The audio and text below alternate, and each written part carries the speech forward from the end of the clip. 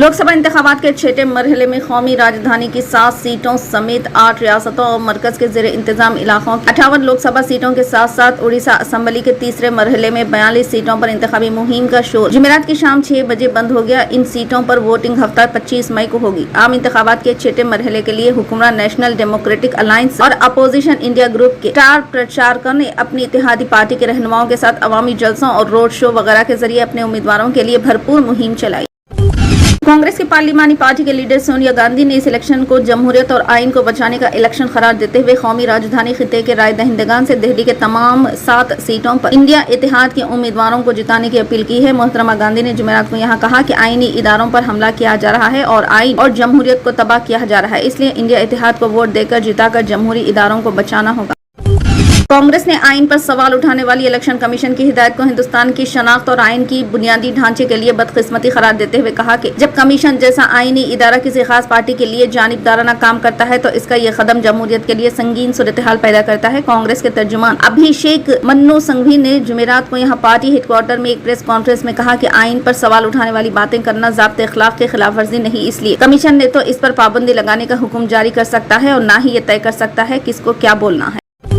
Congress general secretary Priyanka Gandhi Vadra ने जुमेरात को सरसा में इंडिया अलायंस की कांग्रेस उम्मीदवार कुमारी शैलजा के लिए रोड शो किया। प्रियंका गांधी वड्रा ने तकरीबन 1 घंटा 10 मिनट तक चिलचिलाती गर्मी में लोगों का मुबारकबाद कबूल किया और लोगों को कांग्रेस उम्मीदवार कुमारी शैलजा के हक में वोट देने की तरगीब दी। रोड शो के दौरान मोहतरमा वड्रा एक खास तौर पर तैयार की गई गाड़ी में सामने खड़ी थी, जबकि कुमारी शैलजा इनके बाएं तरफ और साबिक वजीर किरण चौधरी इनके दाएं तरफ खड़े थे।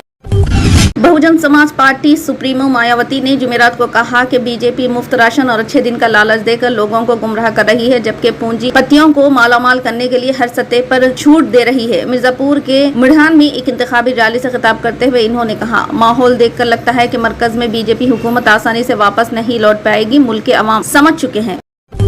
आम आदमी पार्टी ने वजीर आजम नरेंद्र मोदी पर दिल्ली के वजीर आला अरविंद केजरीवाल के बुजुर्ग और बीमार वालिदैन को पुलिस के जरिए हरासा करने का इल्जाम लगाया। वजीर आला अरविंद केजरीवाल एक्स पर पोस्ट किया और पुलिस के इंतजार के बारे में मालूमात शेयर करते हुए कहा, मैं अपने वालिदैन और बीवी के साथ पुलिस का इंतजार कर रहा हूं। कल पुलिस ने फोन किया था और मेरे वालिदैन से पूछगछ के लिए वक्त मांगा था, लेकिन इन्होंने अभी तक कोई इत्तला नहीं दी कि आया वो आएंगे या नहीं। बीजेपी के सीनियर लीडर व मरकजी वजीर दाखिला अमित शाह ने जुमेरात को कहा कि मुल्क का आइन मजहब की बुनियाद पर रिजर्वेशन की हिमायत नहीं करता है, इसलिए बीजेपी भी इसकी हामी नहीं। बीजेपी उम्मीदवार और मौजूदा एमपी जगदम्बिका पाल की हिमायत में बीएसए ग्राउंड में मुनक्किदा इंतखाबी रैली से खिताब करते हुए शाह ने कहा कि समाजवादी पार्टी और कांग्रेस पार्टी अपने कुंबे के लिए सियासत करती है, जबकि नरेंद्र मोदी का परिवार भारत के 130 करोड़ लोग हैं।